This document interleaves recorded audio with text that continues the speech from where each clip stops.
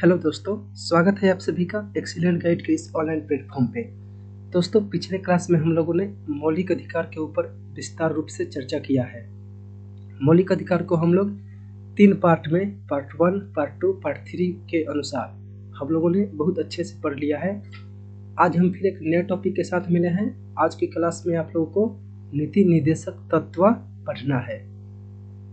दोस्तों, ये जो टॉपिक है, ये इस टॉपिक से आपके एग्जाम में बहुत सारे प्रश्न पूछे जाते हैं। तो पिछले बार में कितने प्रश्न पूछे जा चुके हैं पिछले एग्जाम में, या फिर आगे भविष्य में जितने भी एग्जाम होने वाली हैं, उन सभी के अनुसार हम लोग नीति निर्देशक तत्वों का पढ़ेंगे। उम्मीद करता हूँ आप सब स्वस्थ होंगे। आज यदि आप चैनल पर नए हैं तो चैनल को सब्सक्राइब कर दीजिए, साथ ही बेल आइकन को भी दबा दीजिए। इस वीडियो को शेयर कर दीजिए ताकि आपको दोस्तों को भी इस क्लास की जानकारी मिल सके। तो आज की क्लास को शुरू करते हैं, आप सभी लोग जुड़ जाइए। नीति निर्देशक तत्व का पहला क्वेश्चन स्क्रीन पर आ चुका है। नीति निर्देशक तत्व समिति के अध्यक्ष कौन थे?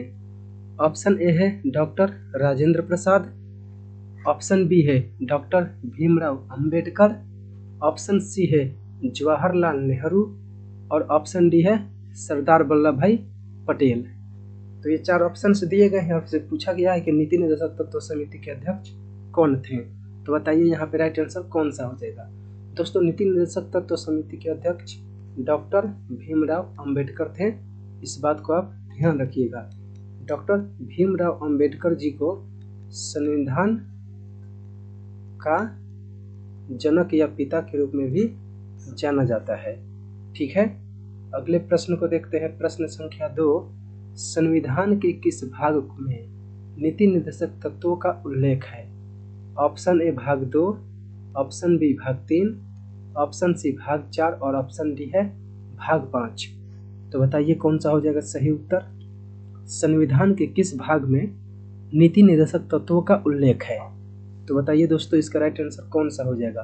तो यहाँ पे ध्यान दीजिएगा, आपका सही उत्तर ऑप्शन सी होगा, भाग 4। ठीक है, भाग 3 की बात की जाए तो पिछले क्लास में हम लोगों ने पढ़ा ही है कि भाग 3 में मौलिक अधिकार दी गई है, जिसे संविधान की मैग्ना कार्टा भाग 3 को ही कहा जाता है। समझ गए दोस्तों। भाग 5 में राष्ट्रपति का उल्लेख है। राष्ट्रपति, जो कि हम भाग 5 आगे की क्लास में पढ़ेंगे। हालांकि जानकारी के लिए अब यहाँ पे भाग 5 आ गया था तो मैं बता दिया कि राष्ट्रपति का उल्लेख है। बाकी भाग 4 यहाँ पे जो है, ये संविधान के जो नीति निर्देशक तत्व है वो भाग 4 में है। ठीक है दोस्तों, अगले प्रश्न को देखते हैं। प्रश्न संख्या 3 है, नीति निर्देशक तत्वों का उल्लेख कहां से कहां तक है? ऑप्शन ए अनुच्छेद 36 से 51 तक, ऑप्शन बी 12 से 35 तक, ऑप्शन सी 31 से 57 तक, ऑप्शन डी इनमें से कोई नहीं। तो बताइए राइट आंसर कौन सा हो जाएगा। नीति निर्देशक तत्वों का उल्लेख कहां से कहां तक है? तो दोस्तों बताइए इसका सही उत्तर क्या होगा। तो यहाँ पे ध्यान दीजिएगा, आपका सही उत्तर ऑप्शन ए होगा, 36 से 51 तक, क्योंकि 12 से 35 तक आप लोगों ने मौलिक अधिकार पढ़ा था। 12 से 35 तक क्या पढ़ा दोस्तों? मौलिक अधिकार। मौलिक अधिकार पढ़ा। तो अब 36 से 51 तक आपको नीति निर्देशक तत्व पढ़ना है। ठीक है, तो इसका उल्लेख 36 से 51 तक है। प्रश्न संख्या 4 है, नीति निर्देशक तत्वों की प्रकृति कैसी है? ऑप्शन ए वाद योग्य, ऑप्शन बी अवाद योग्य, ऑप्शन सी दोनों, ऑप्शन डी इनमें से कोई नहीं। तो इंपॉर्टेंट क्वेश्चन है, बताइए कौन सा हो जाएगा सही उत्तर। नीति निर्देशक तत्वों की प्रकृति कैसी है? बताइए दोस्तों कौन सा होगा सही उत्तर। तो यहाँ पे आप ध्यान दीजिएगा, इसका सही उत्तर ऑप्शन बी होगा, अवाद योग्य, यानी इसके खिलाफ न्यायालय में नहीं जाया जा सकता है। और वैसे भी इस बात को आप ध्यान रखिएगा, वाद योग्य दोस्तों, मौलिक अधिकार वाद योग्य था, इसके खिलाफ न्यायालय में जा सकते थे। लेकिन जो नीति निर्देशक तत्व है, इसके खिलाफ हम न्यायालय में नहीं जा सकते, क्योंकि क्या है, यह जो है ये अवाद योग्य है। ठीक है, अगले प्रश्न को देखते हैं। प्रश्न संख्या 5 है, नीति निर्देशक तत्व एक ऐसा चेक है जिसकी भुगतान बैंक की इच्छा पर निर्भर है। तो बताइए, ऑप्शन ए है doctor Rajendra Prasad, option B है जवाहरलाल नेहरू, ऑप्शन सी है जीबी मावलकर, ऑप्शन डी है केटी शाह। तो बताइए कौन सा हो जाएगा सही उत्तर। नीति निर्देशक तत्व एक ऐसा चेक है जिसके भुगतान बैंक की इच्छा पर निर्भर है। तो दोस्तों ध्यान दीजिएगा, यहाँ पे आपका सही उत्तर केटी शाह हो जाएगा, ऑप्शन डी। ठीक है, नोट में कुछ बातें, महत्वपूर्ण बातें दी गई हैं, आप इसको भी ध्यान रखिएगा। डॉक्टर अंबेडकर ने कहा कि नीति निर्देशक तत्व राज्य में सामाजिक व आर्थिक लोकतंत्र का प्रतीक माने जाते हैं। इस बात को ध्यान रखिएगा, इंपॉर्टेंट फैक्ट है। डॉक्टर अंबेडकर ने कहा कि नीति निर्देशक तत्व जो है ना, वो राज्य में सामाजिक व आर्थिक लोकतंत्र का प्रतीक माने जाते हैं। दूसरी बात, नीति निर्देशक तत्व गांधीवादी दर्शन से प्रभावित माना जाता है। तीसरी बात, नीति निर्देशक तत्व सामाजिक क्रांति के दस्तावेज भी माने जाते हैं। ठीक है दोस्तों, ये 3 फैक्ट है, 3 फैक्ट को ध्यान रखिएगा। डॉक्टर अंबेडकर ने कहा कि नीति निर्देशक तत्व राज्य में सामाजिक व आर्थिक लोकतंत्र के प्रतीक माने जाते हैं। नीति निर्देशक तत्व गांधीवादी दर्शन से प्रभावित है और नीति निर्देशक तत्व सामाजिक क्रांति के दस्तावेज भी माने जाते हैं। आगे समझते हैं, प्रश्न संख्या 6 सामने है। किस अनुच्छेद के अनुसार नीति निर्देशक तत्व अयाद योग्य होंगे? हम लोगों ने पढ़ा, बताइए। ऑप्शन ए है अनुच्छेद 37, ऑप्शन बी है अनुच्छेद 38, ऑप्शन सी है अनुच्छेद 35 और ऑप्शन डी है अनुच्छेद 41। हम लोगों ने पढ़ा कि जो दोस्तों जो आपका नीति निर्देशक तत्व है वह अवाद योग्य है, अवाद योग्य। तो यहाँ से आपसे पूछा गया है कि अवाद योग्य किस अनुच्छेद के अनुसार है, तो आप ध्यान रखिएगा, यहाँ पे राइट आंसर ऑप्शन ये होगा अनुच्छेद 37।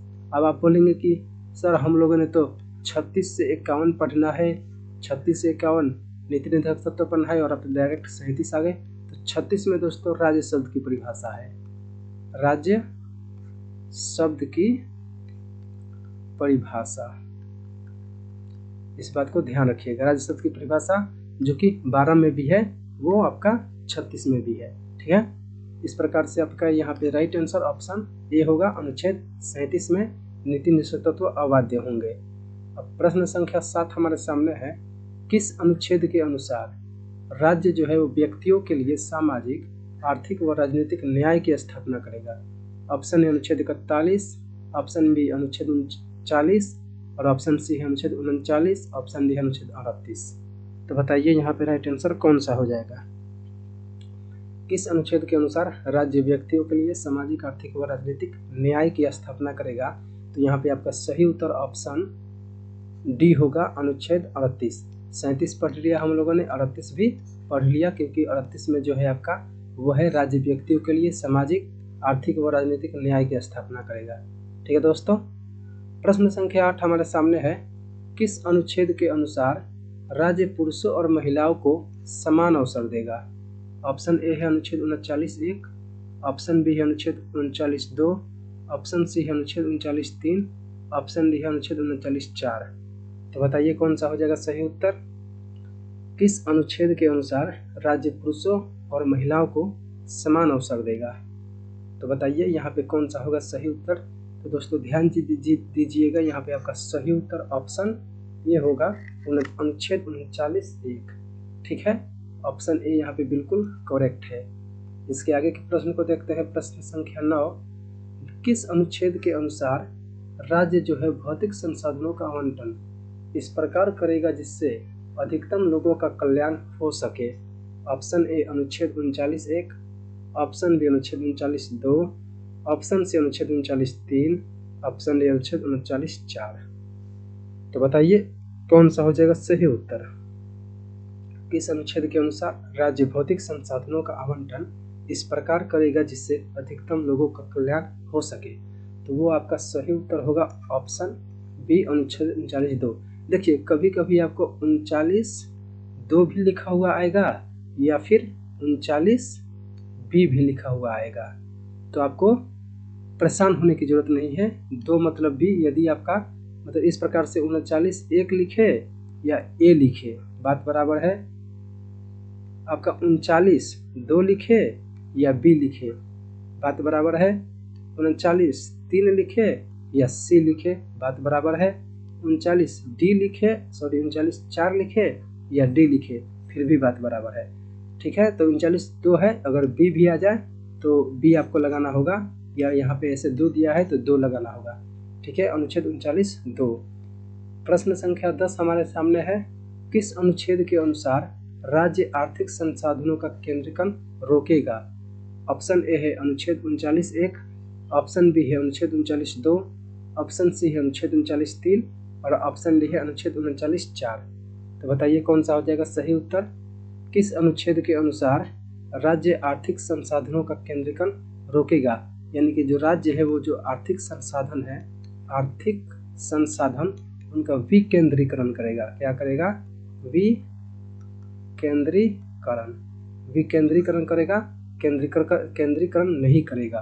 तो ये बात आपकी अनुच्छेद 39 सी में, अनुच्छेद 39 सी या 3 कुछ भी बोले बात बराबर है। तो यहाँ पे आपका ऑप्शन सी बिल्कुल करेक्ट हो जाएगा।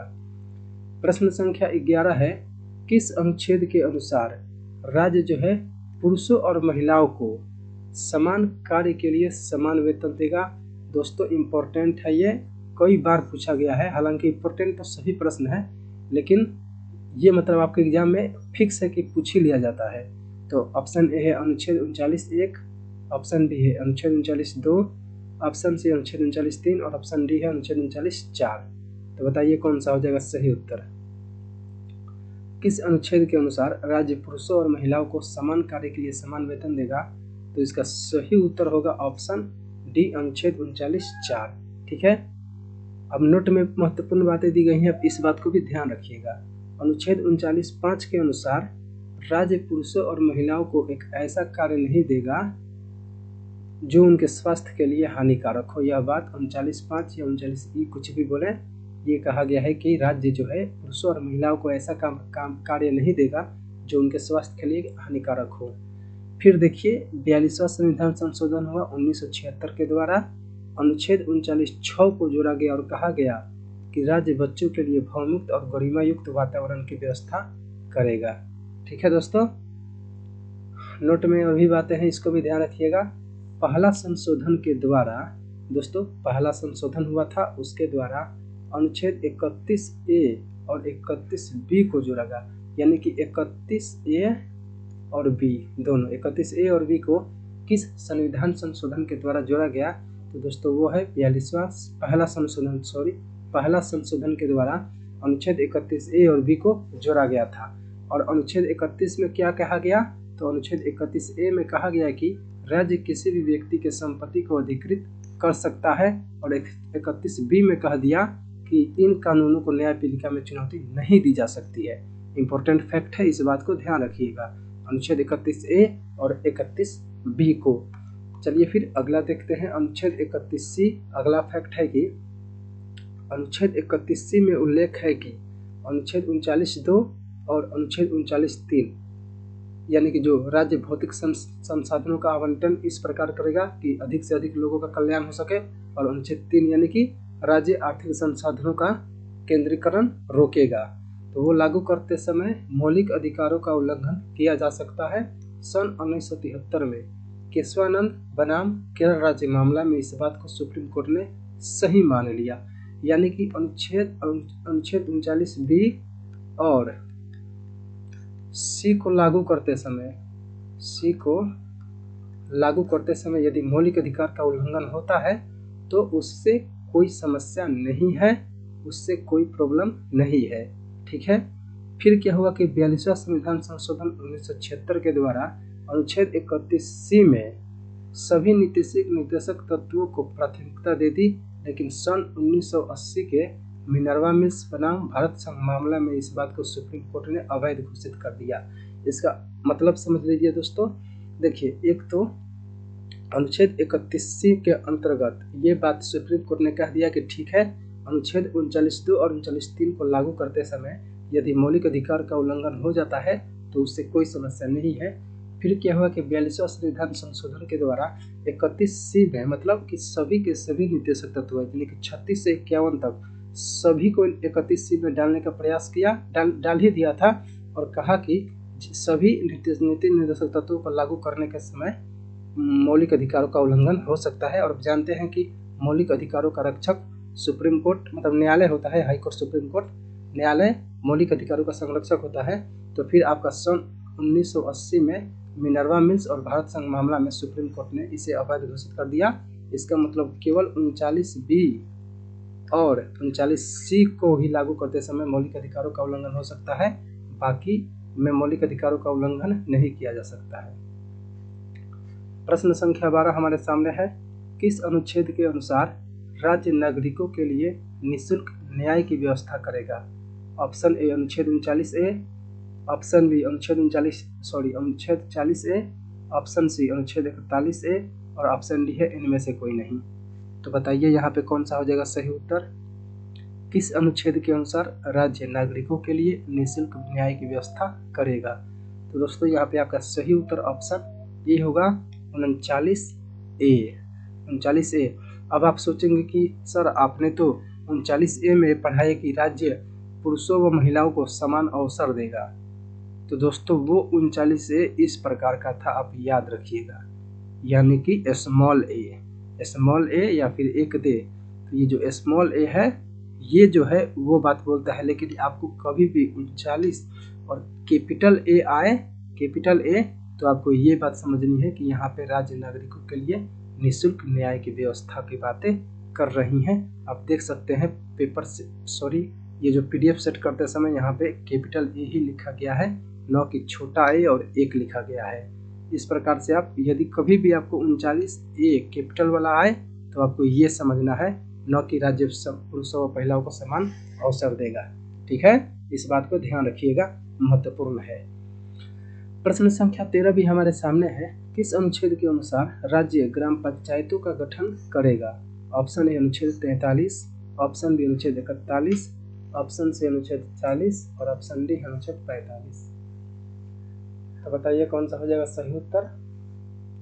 किस अनुच्छेद के अनुसार राज्य ग्राम पंचायतों का गठन करेगा? तो यहाँ पे राइट आंसर आपका ऑप्शन सी होगा, अनुच्छेद 40।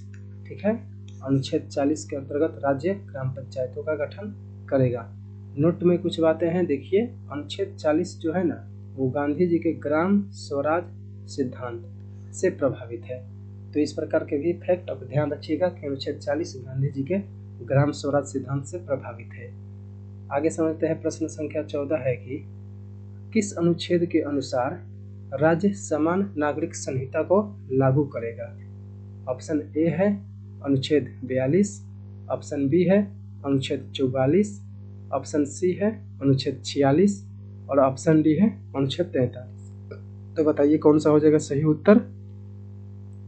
किस अनुच्छेद के अनुसार राज्य समान नागरिक संहिता को लागू करेगा? तो दोस्तों ध्यान दीजिएगा, यहाँ पे सही उत्तर आपका ऑप्शन बी होगा, अनुच्छेद 44 आर्टिकल 44। आर्टिकल 44 के अनुसार राज्य समान नागरिक संहिता को लागू करेगा। और ये प्रश्न आपसे पूछा जाता है कि समान नागरिक संहिता को लागू करने वाला एकमात्र राज्य कौन है? Option A Sikkim, option B Assam, option C Uttarakhand, option D Goa. तो बताइए कौन सा हो जाएगा सही उत्तर? समान नागरिक संहिता को लागू करने वाला एकमात्र राज्य कौन है? तो आप ध्यान रखिएगा, यहाँ पे आपका ऑप्शन डी होगा, गोवा। यानी कि गोवा भारत का एकमात्र ऐसा राज्य है जहाँ पे समान नागरिक संहिता को लागू किया गया है। प्रश्न संख्या 16 है कि किस अनुच्छेद के अनुसार राज्य मादक पदार्थों के बिक्री पर रोक लगाएगा? अनुच्छेद 47, ऑप्शन बी अनुच्छेद 46, ऑप्शन सी है अनुच्छेद 45 और ऑप्शन डी है अनुच्छेद 48। तो बताइए कौन सा हो जाएगा सही उत्तर? किस अनुच्छेद के अनुसार राज्य मादक पदार्थों के बिक्री पर रोक लगाएगा? तो दोस्तों यहाँ पे सही उत्तर आपका अनुच्छेद 47 होगा। ऑप्शन ए यहाँ पे बिल्कुल राइट है, अनुच्छेद 47 बिल्कुल करेक्ट होगा। आगे के प्रश्न को समझते हैं। प्रश्न संख्या 17 है, किस अनुच्छेद के अनुसार राज्य कृषि व पशुपालन हेतु वैज्ञानिक प्रयास करेगा? ऑप्शन ए अनुच्छेद 47, ऑप्शन बी अनुच्छेद 49, ऑप्शन सी अनुच्छेद 48, ऑप्शन डी अनुच्छेद 45। तो बताइए कौन सा हो जाएगा सही उत्तर? किस अनुच्छेद के अनुसार राज्य कृषि व पशुपालन हेतु वैज्ञानिक प्रयास करेगा? तो यहाँ पे आपका सही उत्तर अनुच्छेद जो है 48 ये करेक्ट हो जाएगा। ऑप्शन सी बिल्कुल करेक्ट होगा। नोट में कुछ बातें दी गई है जो कि इम्पोर्टेंट है, इस बात को भी ध्यान रखिएगा। अनुच्छेद 48 के अनुसार राज्य जो है गौ हत्या पर प्रतिबंध लगाएगा। कई बार पूछा गया है आपके एग्जाम में कि जो 48 है उसी के अनुसार राज्य गौ हत्या में प्रतिबंध लगाएगा। 42वें संविधान संशोधन के द्वारा अनुच्छेद 48A को जोड़ा गया और कहा गया कि राज्य जो है वन, वन्यजीव और पर्यावरण की रक्षा करेगा। यानी कि 42वां कॉन्स्टिट्यूशनल अमेंडमेंट 1976 को जोड़ा गया और जोड़ के क्या कौन अनुच्छेद जोड़ा गया, 48A को जोड़ा गया और कहा गया कि जो राज्य है वो एक तो वन, वन्यजीव और पर्यावरण की रक्षा करेगा। ठीक है। प्रश्न संख्या 18 है, राज्य राष्ट्रीय स्मारकों की रक्षा करेगा किस अनुच्छेद के तहत? ऑप्शन ए है अनुच्छेद 48, ऑप्शन बी है अनुच्छेद 49, ऑप्शन सी है अनुच्छेद 50 और ऑप्शन डी है अनुच्छेद 51। तो बताइए यहाँ पे कौन सा हो जाएगा सही उत्तर। राज्य जो है वो राष्ट्रीय स्मारकों की रक्षा करेगा किस अनुच्छेद के तहत ये बात कही गई है? तो यहाँ पे राइट आंसर आपका ऑप्शन बी होगा, आर्टिकल अनुच्छेद 49। ठीक है दोस्तों, अगले प्रश्न को देखते हैं। प्रश्न संख्या 19 है कि राज्य कार्यपालिका और न्यायपालिका को पृथक पृथक करेगा किस अनुच्छेद के तहत? ऑप्शन अनुच्छेद 50, ऑप्शन बी अनुच्छेद 52, ऑप्शन सी अनुच्छेद 51A और ऑप्शन डी अनुच्छेद 50A। इंपॉर्टेंट क्वेश्चन है, बताइए दोस्तों कौन सा हो जाएगा सही उत्तर। राज्य कार्यपालिका और न्यायपालिका को पृथक पृथक करेगा, इस बात का उल्लेख संविधान के किस अनुच्छेद में है? तो आप ध्यान दीजिएगा, आपका आर्टिकल 50, यहाँ पे ऑप्शन ए बिल्कुल करेक्ट हो। अनुच्छेद जो 50 है दोस्तों इसी में कही गई है। ठीक है। प्रश्न संख्या 20 को समझते हैं। प्रश्न संख्या 20 है कि किस अनुच्छेद को विदेश नीति का आधार माना जाता है? ऑप्शन ए है अनुच्छेद 50, ऑप्शन बी है अनुच्छेद 51, ऑप्शन सी है अनुच्छेद 52, ऑप्शन डी है अनुच्छेद 53। तो बताइए कौन सा हो जाएगा सही उत्तर। किस अनुच्छेद को विदेश नीति का आधार माना जाता है? तो दोस्तों ध्यान दीजिएगा, यहाँ पे आपका राइट आंसर ऑप्शन बी होगा, आर्टिकल 41, इसे विदेश नीति का आधार माना जाता है। दोस्तों उम्मीद करता हूँ कि आप नीति निर्देशक तत्वों को अच्छे से समझ गए होंगे, यानी कि 36 से 51 के तक के अनुच्छेद को हम लोगों ने एक ही क्लास में पढ़ लिया और बहुत ही अच्छे से पढ़ लिया। यदि आप इसका PDF लेना चाहते हैं तो टेलीग्राम ज्वाइन कर लीजिए दोस्तों, और इंस्टाग्राम पे भी आप फॉलो कर सकते हैं, वहाँ पे आपको अतिरिक्त जानकारी भी दी जाती है। करंट अफेयर वगैरह, इंपॉर्टेंट फैक्ट वगैरह ये सब इंस्टाग्राम पे अपलोड कर दी जाती है। और इसका PDF लेना चाहते हैं तो लिंक डिस्क्रिप्शन में है, टेलीग्राम पे आ जाइए, वहाँ पे PDF निःशुल्क मिल जाएगा। तो दोस्तों अगले क्लास में मिलते हैं, आप इसको अच्छे से पढ़िए, समझते रहिए। ठीक है दोस्तों, उम्मीद करता हूँ कि आप सब स्वस्थ होंगे। आप सभी को एक्सीलेंट गाइड की तरफ से बहुत बहुत धन्यवाद। जय हिंद।